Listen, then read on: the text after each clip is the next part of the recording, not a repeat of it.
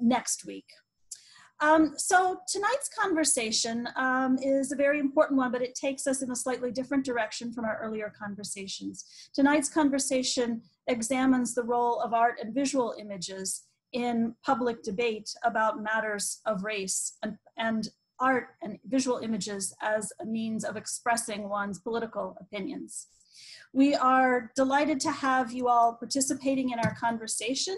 I will, however, at the outset say that tonight's conversation about art and race and protest is not going to be a conversation about monuments. The conversation about monuments is incredibly important for us to have, and we will be having that conversation most likely as we continue this conversation into the fall. Instead, we're going to look at images created by contemporary artists in speaking to the question of art and race. A reminder on the format, this is, as I said, being recorded. For those of you who have questions for the panelists, you will be able to contribute those questions to the chat. You will not see those questions, they're going straight to the moderator of our conversation, all right? So with all of that said, I am again delighted to have you with us tonight, and I will turn over the microphone, metaphorical microphone, to Professor Marguerite Mayhall. Thank you. Hello, and welcome to the Community Forum on Art, Race, and Protest. I'm your moderator, Dr. Marguerite Mayhall, one of the 3 art historians here tonight. I want to thank the History Department for hosting this. Some of you may not realize that for a couple of years now, art history has been housed in the History Department. Before that, of course, we were part of the Fine Arts Department, and what we're doing tonight relates to our dual nature, history and visual art. Many people during this period of the quarantine have looked to history for understanding, and many have looked to art for entertainment. But we've seen both during the lockdown and the protests that art is for understanding too. My colleagues will be showing us how art can spark dialogue and controversy and inform our understanding of the larger social context. What we have planned is a 2-parter. First, Dr. Lewis Kacher will talk to us about the Black artist Kara Walker's work with the medium of silhouettes to highlight racism and racial injustice. And then Dr. Jacqueline Stoneberg will moderate a conversation with fine arts and art history students who organized and installed an exhibition of artworks exploring racism, police brutality, and Black excellence in memory of George Floyd in Jersey City this spring. You can post your questions in the chat, and I'll monitor them so that panelists can address them at the end of both parts. So remember, the chat's visible to the moderators, and also as people speak, the moderator will be able to show your video if it's on. Our first presenter is Dr. Lewis Kacher, Professor of Art History at Kean since 1990. Lewis? Hi, everybody. Thanks for coming. Thanks also to the History Department. Thanks to Professor Mayhall. Thanks to Professor Hyde for recognizing that visual art is an important part of the current moment. Like everybody else, I'm swimming in the glut of information and images that have been coming out since late May and the death of George Floyd. This is a kind of field report, very preliminary, few images and ideas of what I see in terms of the visual art response to main tendencies, which are balancing the kind of tradition of figurative art with the word as image. And I think the word and the name are very important and maybe the most interesting elements of this current wave of protest art.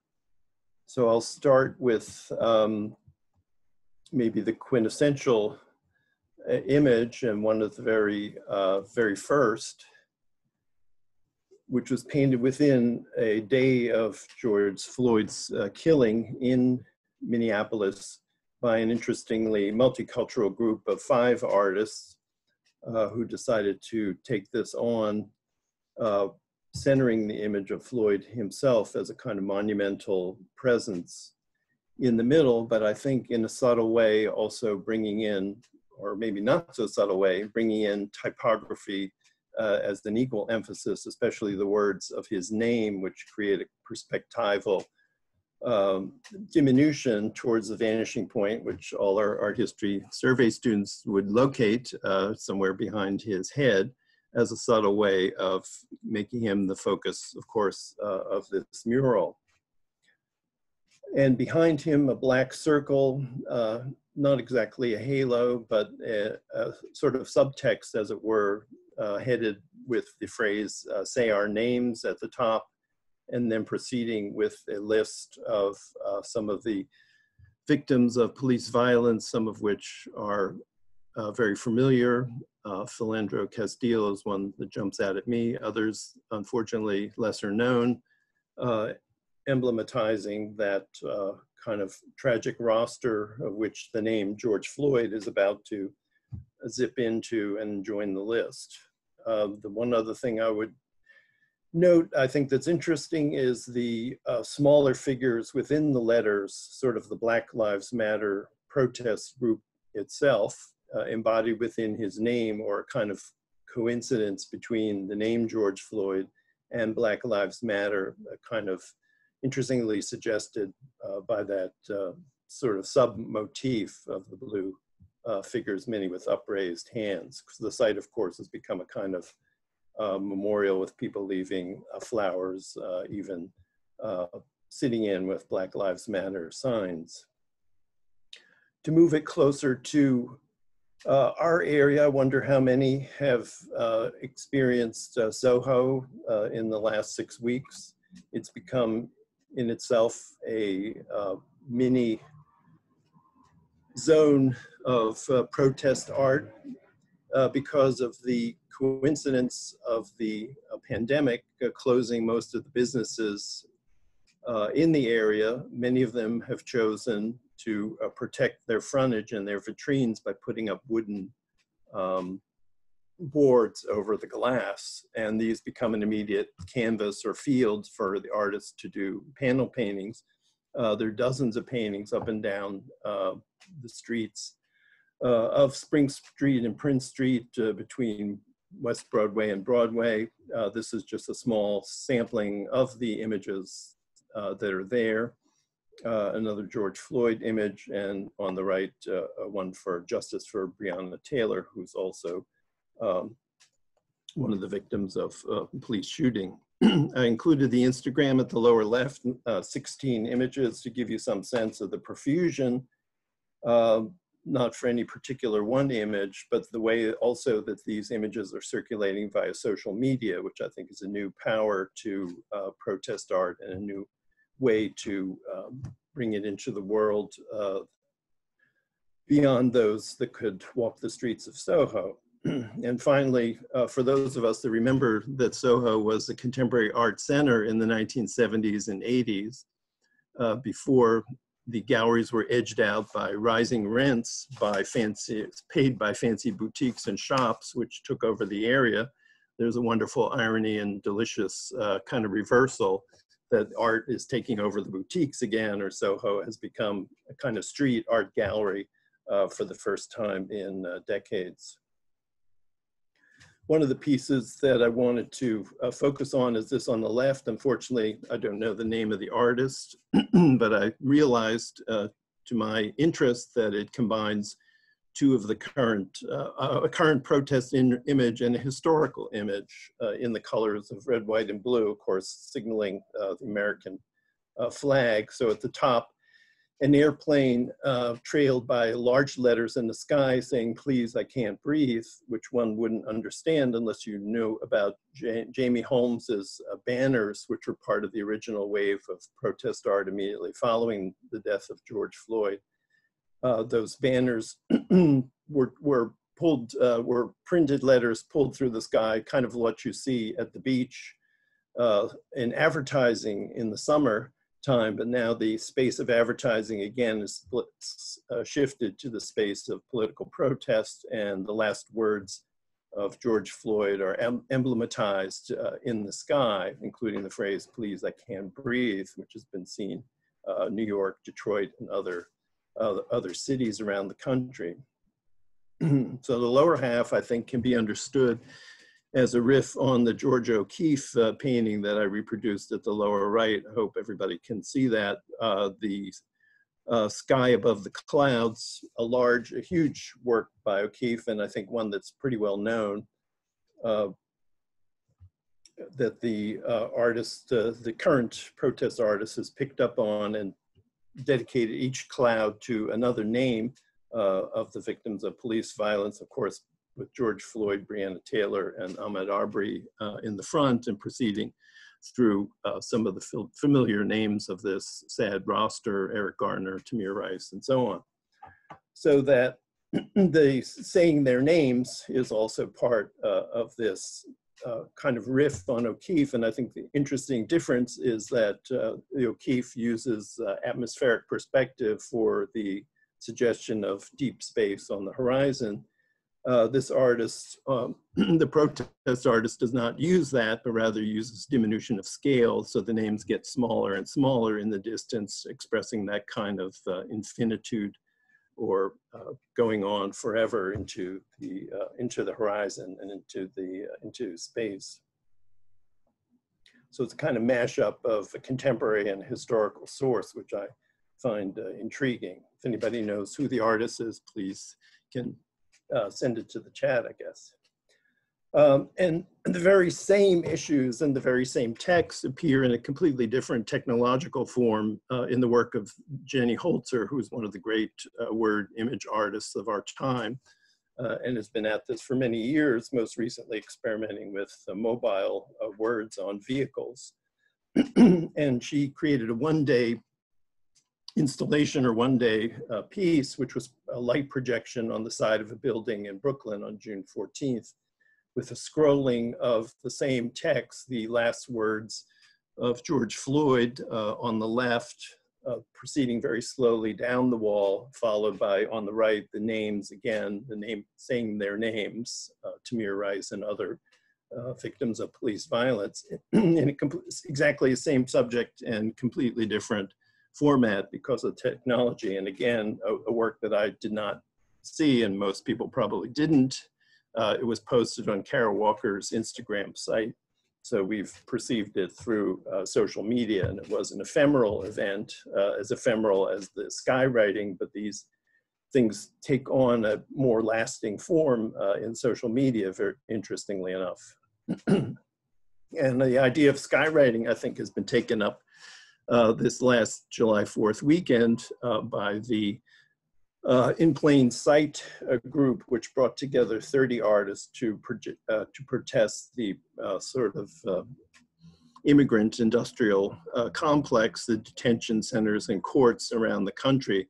And this is a very larger scale enterprise, I think, based on the sky banners produced at the outset. These are sky typing that are sort of dot matrix smoke, white smoke coming from planes over 80, signaling or marking or pointing to 80 different sites across the country involved with detaining migrants, and sort of making visible the vastness of the extent. The map is on their website, the vastness of the extent of this whole detention system. And it does also land in our metropolitan region, with the Essex County Detention Center being the site of one of the 80 artists choosing the phrase "free them all," and then the hashtag XMAP for the group.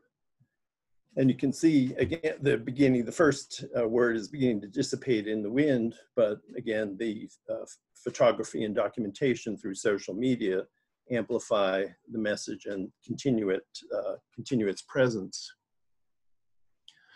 So maybe the most stunning word image, or one of the biggest, took place in Washington, D.C. Shortly after Floyd's death, and an initiative of the mayor painted by the community. These are two different views of the Black Lives Matter mural proceeding down 16th Street. On the right, you can see how it projects towards the White House at the end of the block, as if that's the direction for this utterance, Black Lives Matter. And I like it for its the sort of powerful blockiness of the letters, the idea that it was produced by the community, and sort of the simplicity, kind of elegant simplicity of the statement. This mural has also been repurposed and redone in various other cities, sometimes with floral or other motifs, which I think a little bit takes away from the purity of the word as image. And it's also been done in Brooklyn with a sort of a parenthesis of some of naming the names again.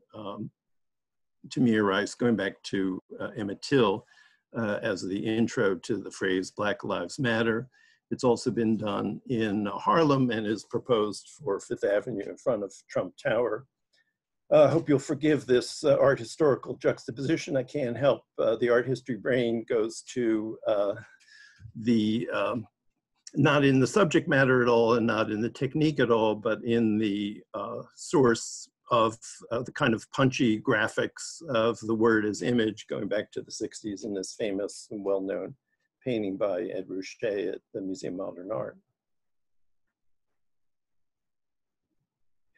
So I'd like to shift gears a little bit from the contemporary reflections and bring in, as was mentioned, a consideration of the artist Kara Walker, an important artist we talk about in contemporary art and also in the survey course, and who I would sort of nominate as a kind of art world expert on the subject of race and African-American life in the United States, because she's been thinking about that and imaging that for over 25 years.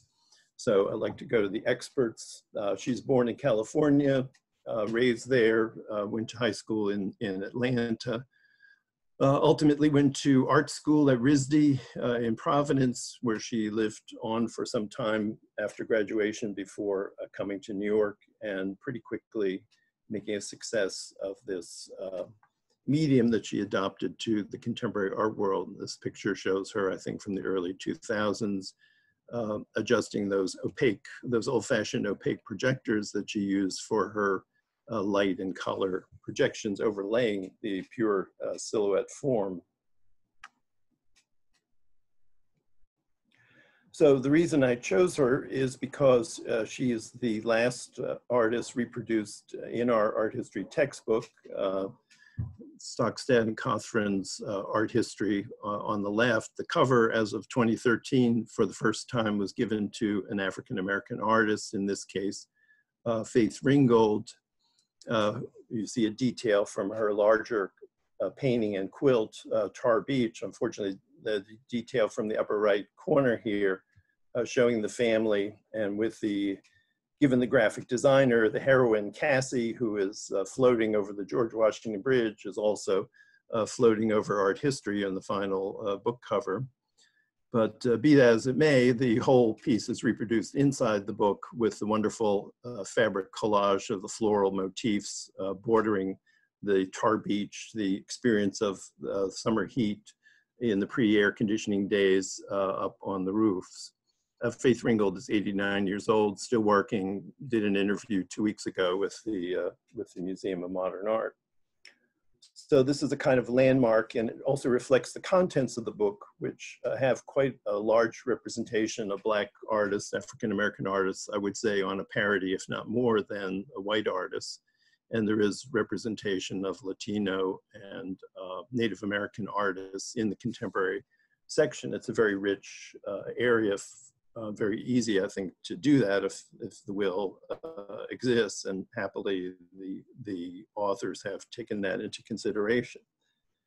But what kind of fascinates me is the very last image in the book, as it were, the last word, is this wall piece by Kara Walker of a almost unsayable title for a white male professor anyway.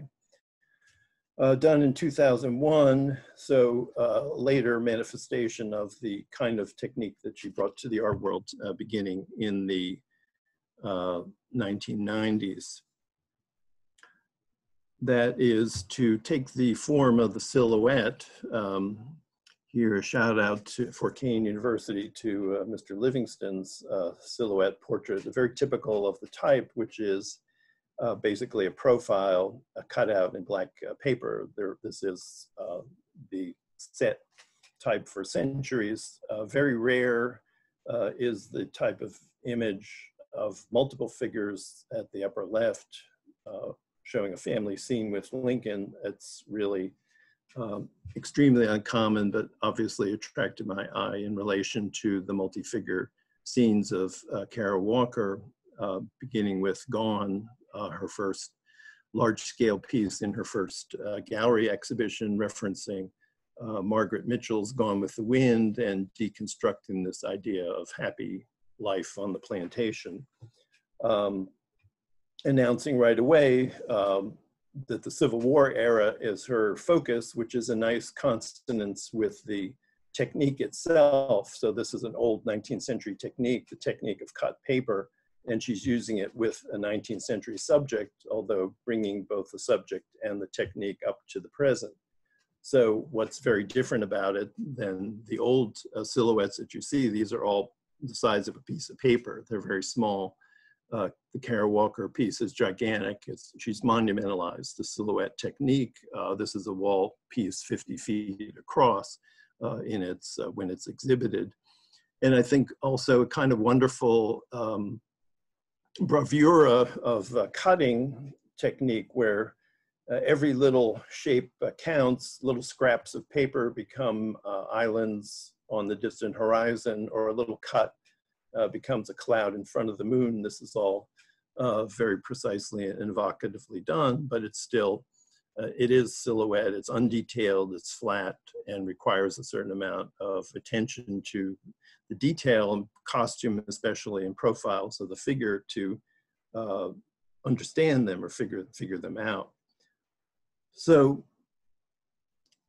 a good 8 years after her debut piece is this work, which is a museum scale installation going across 2 walls, showing multiple figures, maybe 4 or 5 clustered groups, from the woman vaulting with the banner to this group, the group around the raised banner, the kneeling woman, and another woman in a hoop skirt on the right.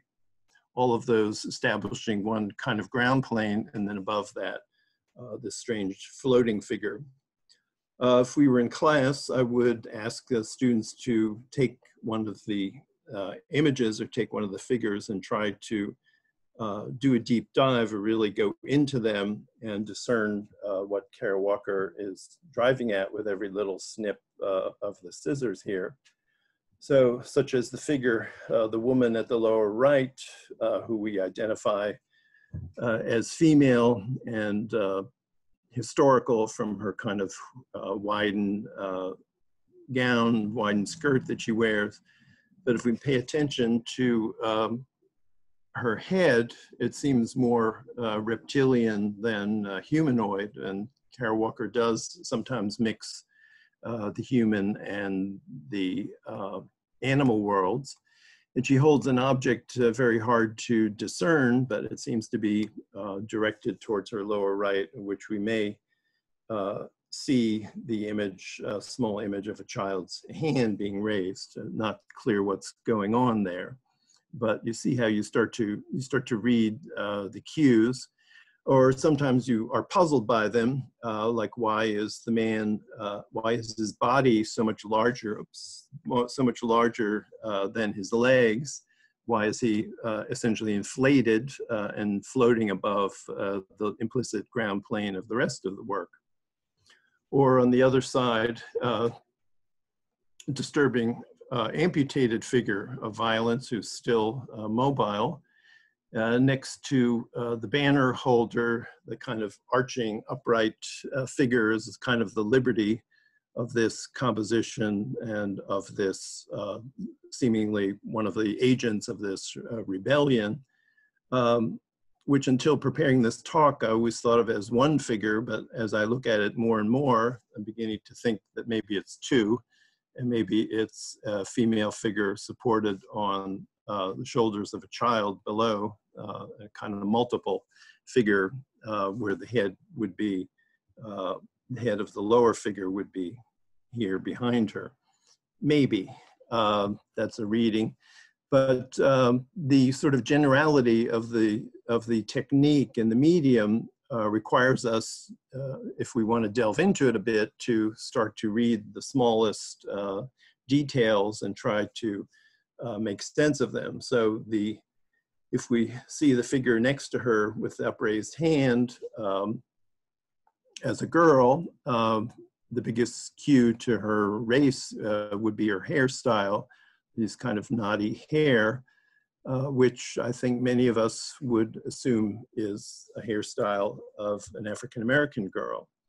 But if we make that assumption, then we've already made a kind of racialized reading of the work that isn't definite.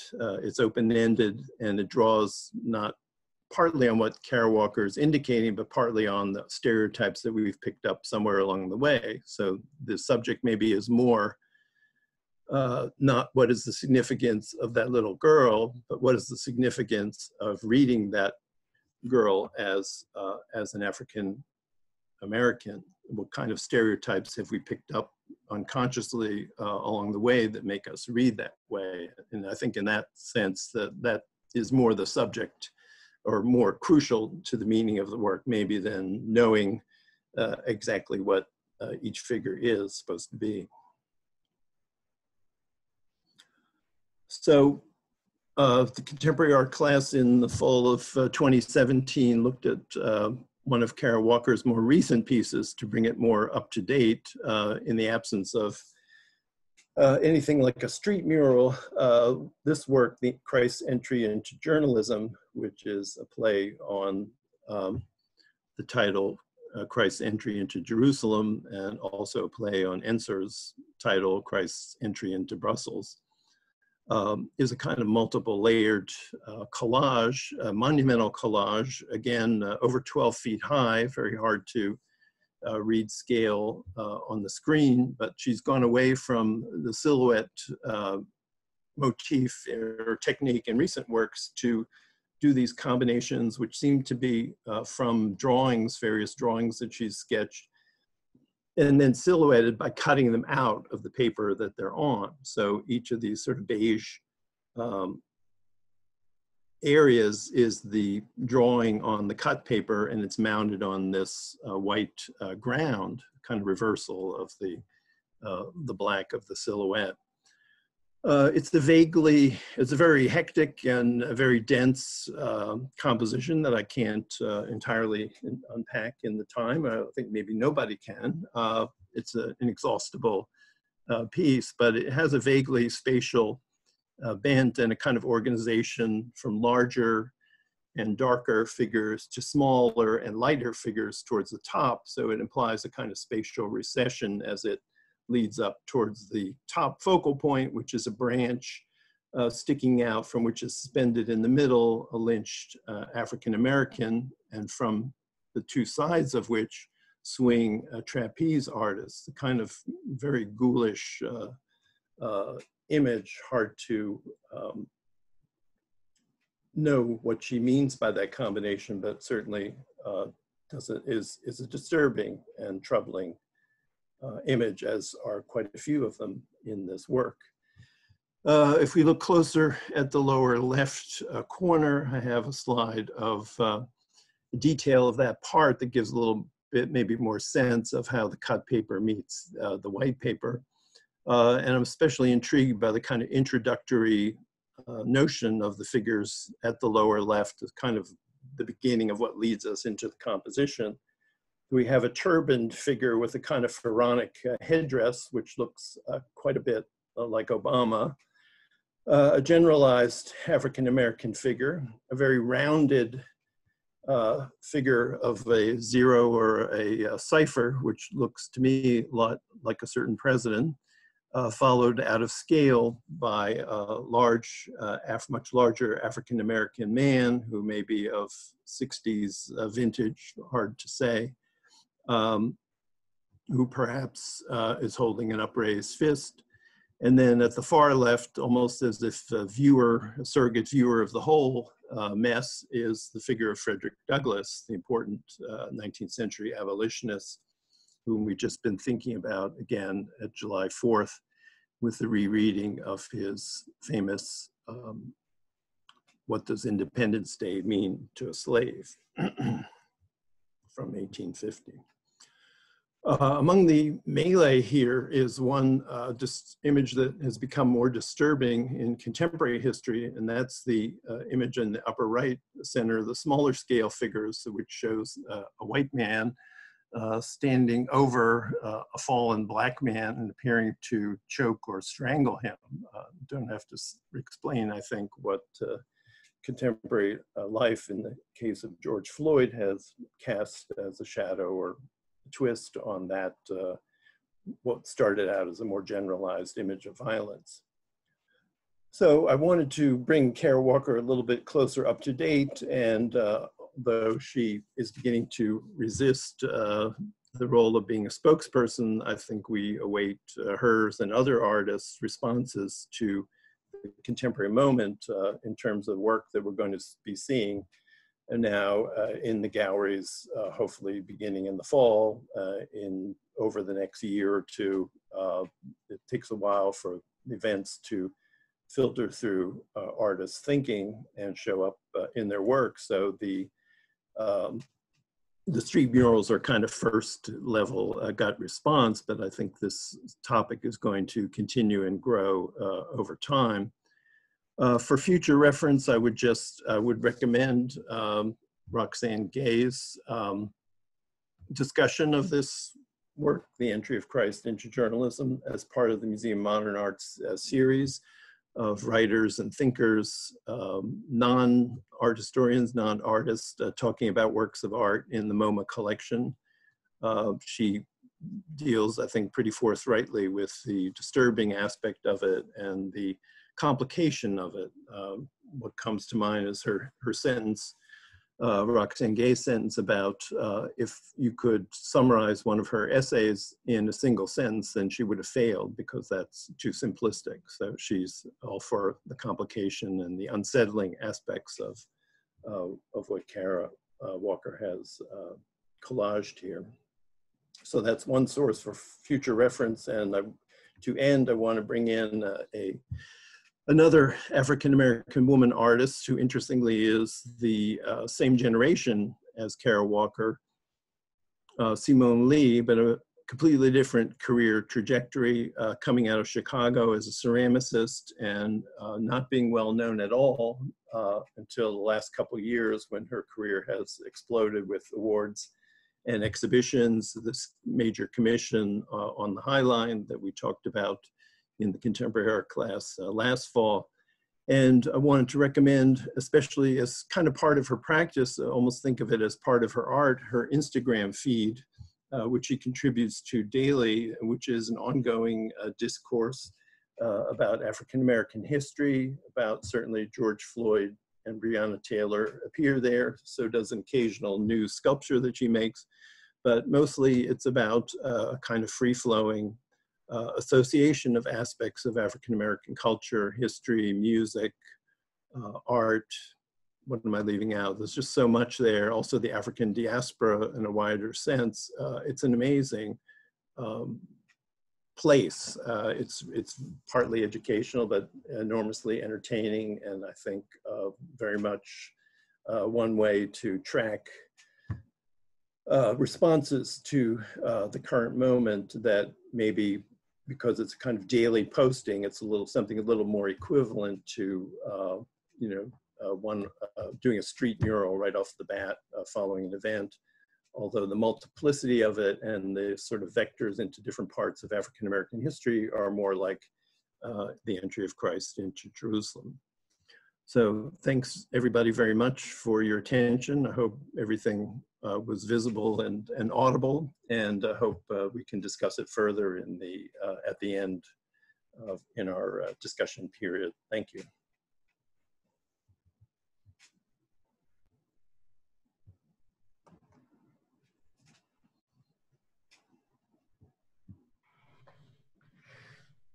Okay, so yeah, everyone write down your questions for the end. Let's go on to the second part, where our presenter will be Dr. Jacqueline Turk-Stoneberg. She's taught at Kean for 16 years, and she regularly addresses issues of social justice and human rights with student projects, including exhibitions, publications, teach-ins, group forums, and a short film. So write down those questions. Thanks, Professor Kacher. The Kara Walker's paintings were recently displayed at the Montclair Art Museum, and they were very painful and very honest. Right now, I'd like to introduce a group of amazing Kean student artists and alum, and then let them speak for themselves. I'm going to share my screen with you.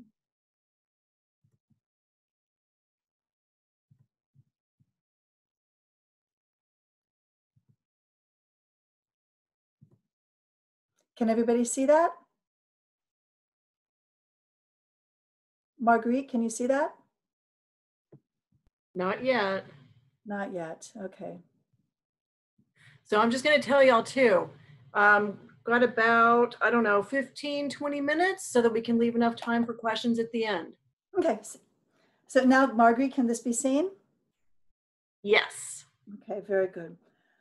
So Kean students and alum, they organized a public artists protest in memory of George Floyd held on June 10th June 10th in Jersey City on Newark Avenue. The protest organizers call themselves Just Some Bums and Mary Claire King. Now, Just Some Bums, I'm going to read to you from their self-definition. Just Some Bums is a collective of creatives, and in this group, we like to create any and everything that we can, while also providing a platform for other artists to showcase their talents. This protest was created in response to the George Floyd killing and police brutality. We recognize that not everyone is good with words or comfortable with marching through the streets due to the potential violence that can erupt. Rather than march and shout through the streets, we ask people to march and shout through their art. Our main goal was to offer a friendly and comfortable environment that allowed others to yell and express themselves without opening their mouths.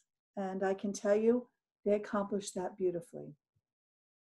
The artists who were present, who participated, are Brandon Bravo, Tino Cook, Alfonso Gonzalez, Maria Elena Guthrie, Mary Claire King, Jasmine Ramirez, Brianna Scotti, Cassia Serrant, Cheyenne Thompson, Tyshawn Williams, Jennifer Zuniga. And there were some music performers there as well, Marcus Beckett, Dante, and Destiny Rodriguez. Now following, I'm going to show you photos that I took at the event. Not very good ones, but the event will speak for itself. We'll take about 4 minutes to view them quietly. I'll move through them slowly enough for you to look at them. And then we'll have a discussion with the artists who are both in the protest and other artists who are present here tonight in our discussion.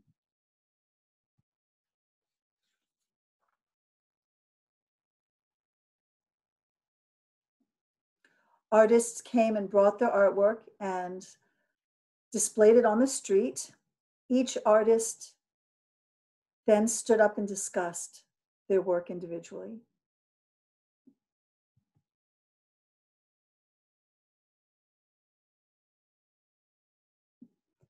The art that was invited was to address racism, police brutality, or Black excellence.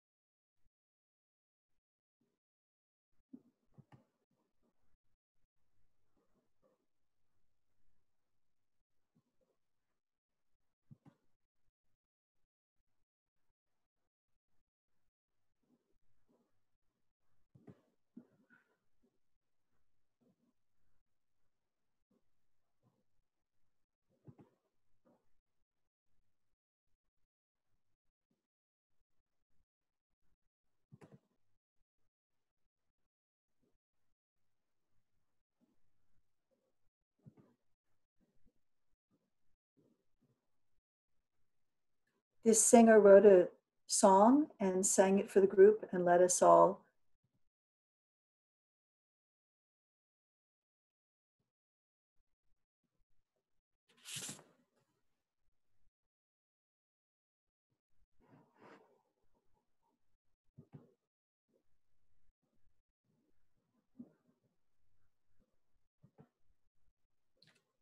these three musicians stood up and sang a gospel style song and led everybody in clapping along.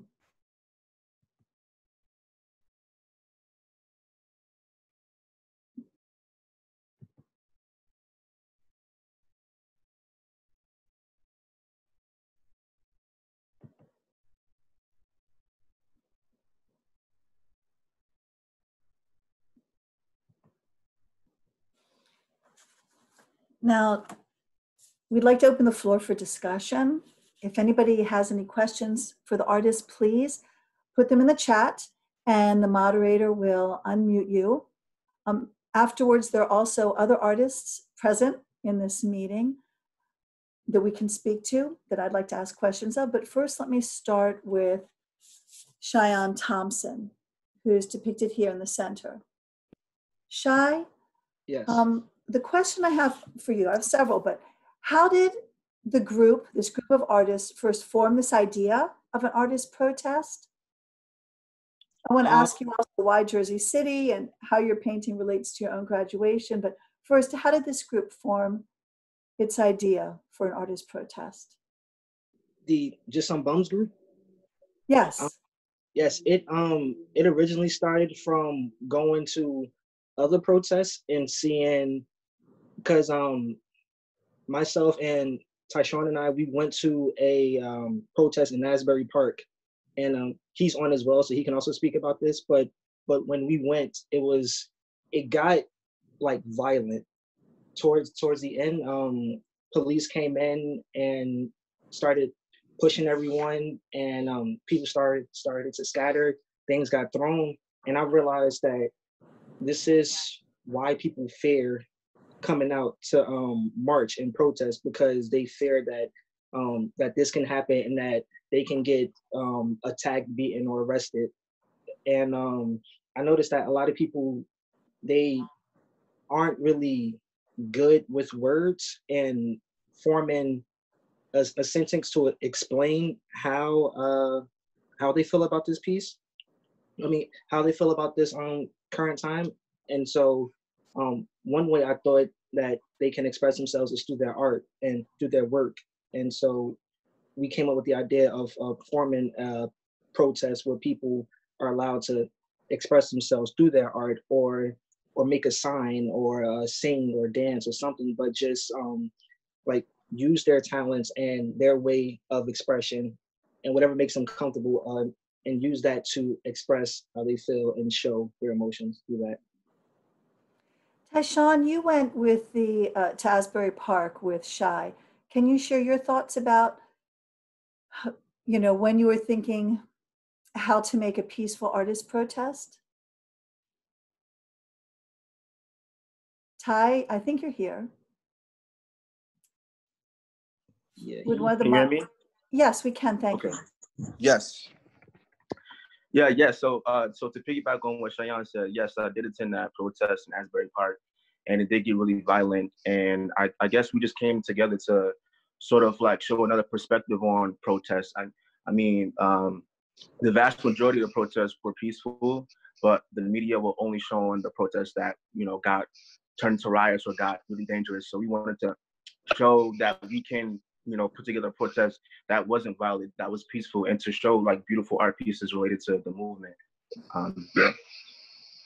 Your protest was more than not violent. It was so uplifting and incredibly intimate, especially as every artist spoke about their own piece and relating it to their own experiences. Ty, do you want to talk about your work of art shown here? Yeah, sure. So I went to Kean University. I'm a theater artist. I studied theater design and technology. And so I don't do visual art, but I always like to express myself in my fashion. And, you know, during my, you know, college career, I would always write things on my clothing. Like I would keep a Sharpie with me. And if I felt anything bothered me or whatever, I would write it on my pants or my shoes or anything like that. And that's actually how Just Some Bums came to be what it is. I woke up one day and I wrote bum on a pair of shoes, and we like sort of like created the idea through that. And I was like sophomore year of college. And so, you know, I went to a couple protests and I saw like all the different things that people were like putting on signs and things like that. And so I said, I don't want to just make a sign that I have for like a week and I throw it away.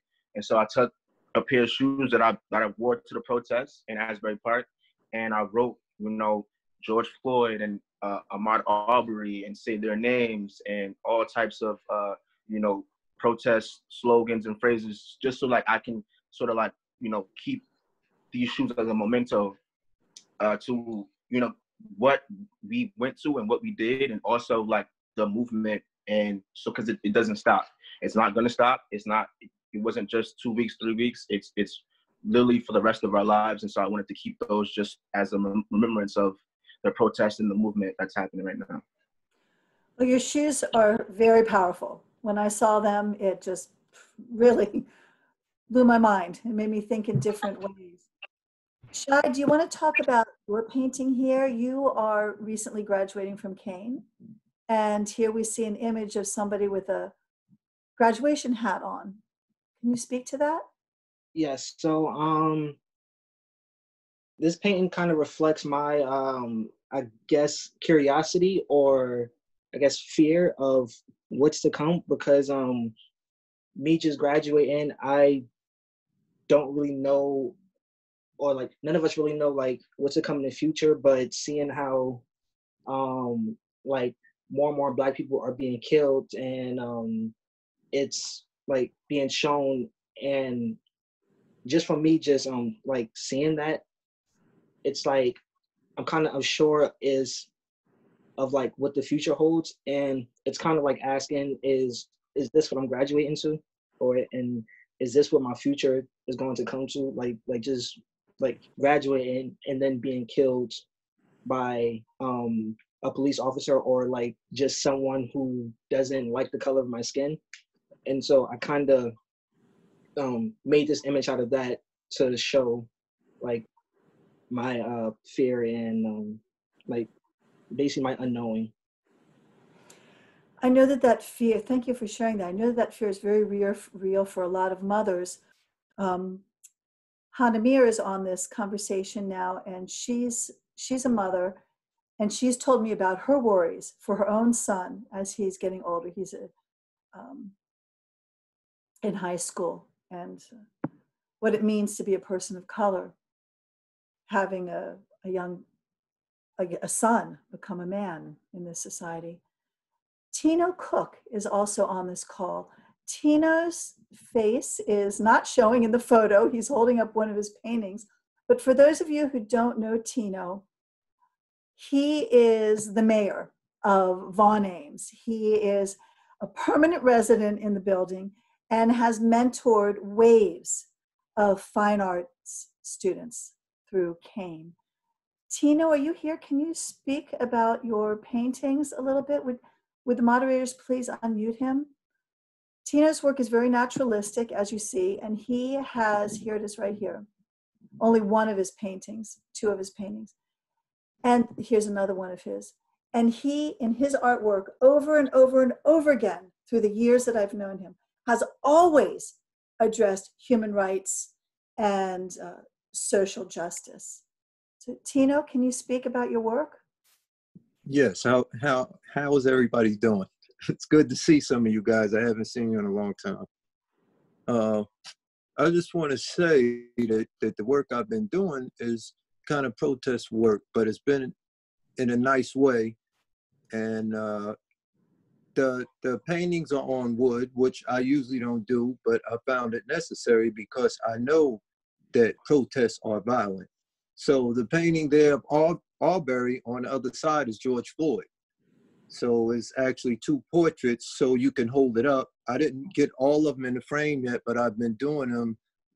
I guess, for the last month and a half, months or so. So I'm trying to get 9 of them done. I'm almost finished. So 9 of them is actually 18 portraits, or some of them just have words on both sides.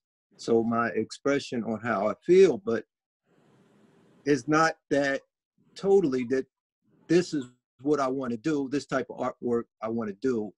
I understand that it's necessary, but like I say, it's presented kind of in a nice way. To be honest, it's like an obituary of these people to me, you know, and doing some research about the people and understanding, you know, what their life was like. I understand what it is. I totally understand. And for years, I've understood what it is to not feel safe in America. And a lot of people don't understand that and what could happen at a simple protest, which I talked to the art club about before. It don't take much, as I'm sure they see now. If they didn't know before, they definitely know now. It don't take much for things to get out of control. So the wood is a form of protection too, even though I hate for my artwork to be a form of protection, not have it, but surely a person is more important than a piece of art. So once I put the sides on it, and I already kind of did one, did an image like that, they could actually go out and protest. I've been to, I would say 4, and I think the most exhilarating protest was Newark's that I went to, where you could really feel the heart and soul of the people being upset. I went to Staten Island, which I've been there several times. With what's the gentleman that was killed in Staten Island? If somebody help me out there, that was choked. Gardner, to Eric Gardner's memorial. I met his mother. His mother was actually in the studio at Kean from Dr. Bo. So I met Tamir Rice's mother and a whole lot of different mothers. So it's now I started doing this artwork. And I was doing other things because I'm doing artwork every day just about. So I kind of put it in high gear to get these 9 done so they actually can go out on the streets. That's what I actually want to do with them. And if you need them for protection, because I can't hold 9 of them, that somebody can hold it for protection. If I get it back, great. Okay. Any questions? Yeah, Tino, can you talk a little bit about how your life experiences have shaped your paintings? Well, I like to say my paintings is about humanitarian, and I talked about the movements. The African American movements here has all been about humanitarian, and I don't think any of them has been just about people that look like me. That may have been a main focus, but I think understanding that the way I feel that a lot of people don't understand enough to keep things going. So I don't know if you got a sense of that when we was out in Jersey City. I think people need their own reasons, because a lot of people think it's an overreaction. And a lot of people is going to get tired. And I felt like that a long time ago, and I've been places where people started saying, under their breath kind of, I'm tired of this. Oh, I'm tired of it. They're going to get, I think a lot of people is going to get tired, but if they have their own reasons for protesting, as a humanitarian protest, I think it has to grow. From my experiences, I know what it is for people not even to want your money in business. My brother know what it is, my father, we talk about it. You go to a place and you're trying to give them money and they act like they don't want your money. My father he sold his business, he had a truck repair business. I dealt with trucks, diesel truck mechanics, me and my brothers, that my father was in down south in Georgia, which my father picked cotton, which my father was beaten by the Klan. Maybe I said that, but I talked about it about his funeral in Georgia. But ironic as it is, my grandmother and grandfather was help raising a Caucasian couple kids because they had issues of fighting and drugs or alcohol, and she took them in. So this guy, a lot of times when I go down south, is this white guy that's always there with the family. So it's just an interesting history. And I connected with the Middle East a lot of times, what we call the Middle East today. What a art student said to me, a Jewish young lady, not younger than me, but she's not real young. And she said to me that all the people in the Middle East hate all the Jewish people. I said, well, all the black people should hate all the white people. And she looked at me. I said, listen, your thinking is dangerous. I don't think most of us have that hate in us, but people, I don't know. It's like, I feel like this. People don't like us. Like riding down the street in the car, the cop will come from the other side of the road, let you know he coming to stop you. You get a break once in a while. Once in a while, you always get a break. Not all of them is bad, but I'm still looking for the good cops to stand up. And like a blue wall of silence, I understand blue wall of silence means violence. I did a sign of that. So these good cops and nobody speaking up and there's a blue wall of silence, is that a good thing? And could that be a good cop? So a lot of times that's a question that I have. I even had cop in my own family, my uncle. So I have had a lot of experiences, you know, call the N-word on the street. You know, I broke down with my mother one day and people yelling at me, calling me the N-word. And I understand that I'm not safe. And I would say understand that I can't protect myself when a cop stops you and he has a 9mm on his side and a vest on. And it's like he could say anything. It's cameras now, but sometimes they cut them off or hide them. And it's like, even with the camera, it's like you see who get convicted. And it seems to me like when somebody black get killed, it's like you need a petition to even get charges brought up. I just pay attention to that. And I don't know, but it's more white people being killed by the police. They say we 3 times more likely because of the percentage of people. But when they're going to start showing why white people are being killed? I wonder, is it the cops? Because I would feel great to put a white person on my side and go out there with the black people. Because really, I think to keep this thing going further and to keep it going strong, that it need a connection like that. It's either the white people they getting or it's the cops. It's one or the other. So I don't know. I'm just fearful this thing might break off and people get tired of it because you see Black Lives Matter everywhere. And I figured that. And I don't think people like people to look like me that much. I'm talking about other races. This is just from my experience. Tino, you're so generous when it comes to seeing the good in other people. And at the same time, being able to call out and be honest with social injustice. I always appreciate hearing what you have to say. Maria Elena is also on this call. Here she is with her painting. Would the moderator please unmute Maria Elena? Maria Elena, I'm going to ask you about how does artistic expression, your artistic expression, build or shape community? I see that's what you're trying to do here in this protest. How is your painting, what are you hoping, how is your painting shaping community, reshaping it in better ways? Well, I wanted to convey what I've been seeing through the news and social media, how everyone around the world is coming together in response to what's been happening with not only George Floyd, but other Black people who have been killed by the hands of the police. And when I saw people from around the world coming together, it just showed me how we are, no matter where we are in the world, no matter who we are, we want a world that is like safe and has sorry, that it's equal for everyone to live in. Like, I'm sorry, I'm not good with words. That's why I like painting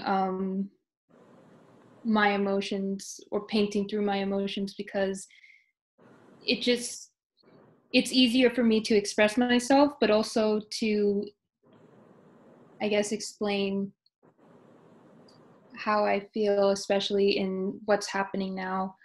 I'm sorry if I'm not making sense. but the flowers in my painting, they're daffodils, and I looked up their what they represent, and they represent rebirth and new beginnings. And that's what I believe that people all over are doing. We are coming together and creating a new beginning of for everyone to live in harmony, and everyone is no, sorry. Well, yeah, we are so we can all live in harmony and just live a life of peace. And it may not seem like it now, but I know that if we keep on letting our voices be heard and showing that we are in this together, and we want to not live in a life of fear, then we will, in a sense, rebirth a new kind of society where everyone can feel safe and not have that constant fear over their heads and stuff like that. Marielena, you've described beautifully how coming together through protest is very meaningful. At the protest, I recall you also talking about how racism is learned. It's a learned idea. You were mentioning an experiment done by a third grade school teacher in Iowa in the 1980s, where she divided the class according to the blue eyes and the brown eyes to teach the children what it feels like to be on the receiving end of racism. That was in a film, a PBS documentary called A Class Divided, if anybody else is interested in seeing it. Can you explain how your artwork or others' artwork that we can see here address that idea that racism is learned? Or do you want to speak a little bit about that? How it's learned, it's not true.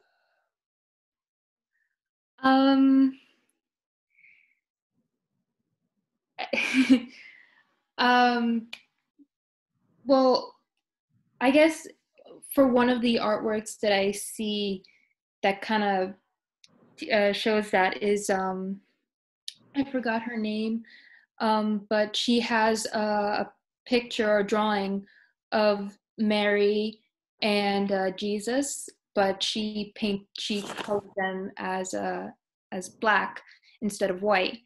And I guess you can kind of relate that to how artwork is using that kind of what's it called? I guess learning thing. How it's not showing people of color in through old artworks like that. It's only showing like white people. So even like say I don't want to get too I guess controversial, but it's okay. This is a place you can get controversial. It's safe. Okay. Well, so see, when I was younger, I went to a Catholic middle school, and we only been taught of like, Jesus and stuff like that, but he was always portrayed as white, and we only learned about like white figures in religion, and never people of color. So I guess in a sense that is how, not racism in a sense, well kind of yes, but how it's just not, people that age are not shown people of color through artworks or through religion or anything like that. Everything you say is very clear and rings true. It rings true. Yeah, I'm sorry I'm not speaking. No. Actually, you're much clearer than you give yourself credit for. And your painting makes it even more clear. Thanks. So are there any other artists who are at the protest present here tonight? I may have missed you. I didn't see anybody else's name in the chat. If any of the rest of you are here and I've missed you, please put your hand up so the moderator can, so we can all recognize you. In the meantime, what Maria Elena was just talking about teaching children that racism is learned, that's a point that was brought up in another forum by another Kean student named Aviana Green. And Aviana is present today. And Aviana, I remember you talking about, Aviana is an Asian studies student and a visual artist herself. Aviana, would you like to share some of your personal experiences on racism like you did last week on the discussion with Professor Shirong? Or maybe what you might want to tell parents of children who want to raise their children anti-racist? Kind of building on what Maria Elena was suggesting. Yes, I completely agree with her because as a child, for myself and for other colored children in schools, we were we were told that certain hairstyles or a certain way that we dress is not good, and then but someone could praise a white person for how they're dressed, and it could be the same thing. And so it's just like, and for me, when I was growing up, I there were so many people who were praising white children or white people for their beauty. And so for me, I thought that what would be kind of for someone to recognize me was to bleach my skin, because I thought that that was what was beautiful. That's what people in the media were saying. That's what I was being exposed to. And so I even wanted to change the way I look, even though it's nothing wrong the way I look. But it's just, for me, it was like I was told that what I am wasn't beautiful, and what other people were. So I just thought, why not try to act like them? Why not try to be like them? And so it took me a long time to even accept that I am Black as a child. It took me a long time because no one other than family, other than people that looked like me, no one said that I was beautiful. So it's just like, and I have cousins, and I have aunts and uncles, and I worry about everyone all the time, because what people teach their children, saying, you have white supremacists teaching a 4-year-old how to do this, how to do that, what to say to a Black person, and it's like, what? Like, it's like people do that to continue the hate. They don't see that hate is what fuels the anger between both sides. They don't understand that. They think that it should be one-sided, that the hate from them should just be onto another group, and the group should just take it. And my mom recently, or actually today, told me that there are modern day lynches. So it's like, and it's like, because and it's Black men, and it's like, yes, Black women, we are targeted as well, but I even heard some people who are like white people who are racist, or people of other races that are racist, saying that Black men are the people that they feel as though more threatened by.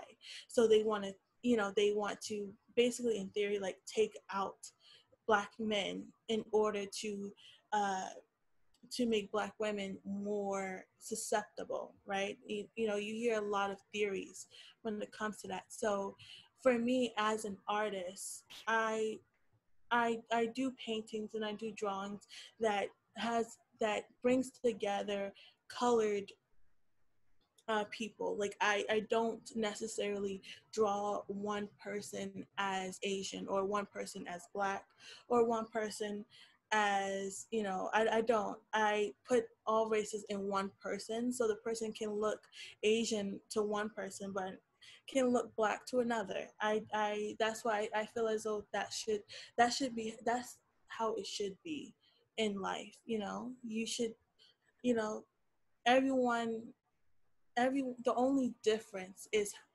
the only difference between a Black person, a white person, an Asian person, it is honestly just culture. That's the only difference. It's culture. It's how you express yourself culturally speaking. Black people, we do dance, we do singing, we do a lot of things, and you know, same thing with Asian people, but in a different way, and same thing with white people, but in a different way.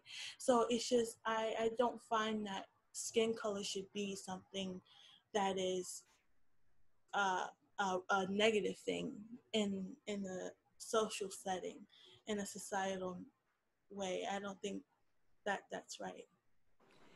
Adriana, what you say makes me want to say amen. We are, time really flies with such a fascinating conversation.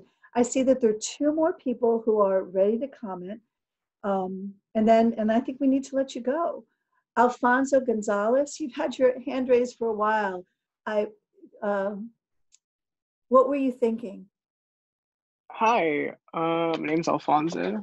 I'm a friend of Shai's. I went to the protest, the first protest in Jersey City. My piece was the one with the police cap with the kind of that resembled a crown with just blood on it.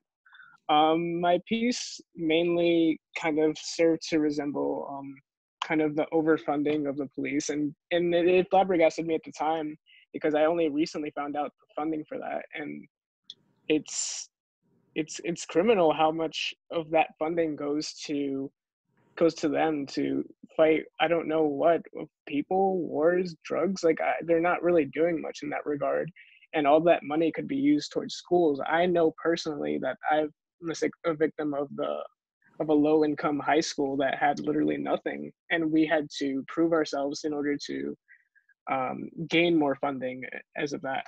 And with recent talks, or rather recent budget cuts and kind of divesting from funding from the police, that still doesn't make, it still hasn't made much of a difference because with the recent proposed plans, because I personally live in New York, the recent plans don't really help these schools, even though it says that it's going to go to these schools and like lower income funding and all. It's actually just going to school safety, which is just another kind of division of police. So really it's just going nowhere. Oh, all of you have shared your hearts so clearly, and there's so many others on who I know are artists and bloggers,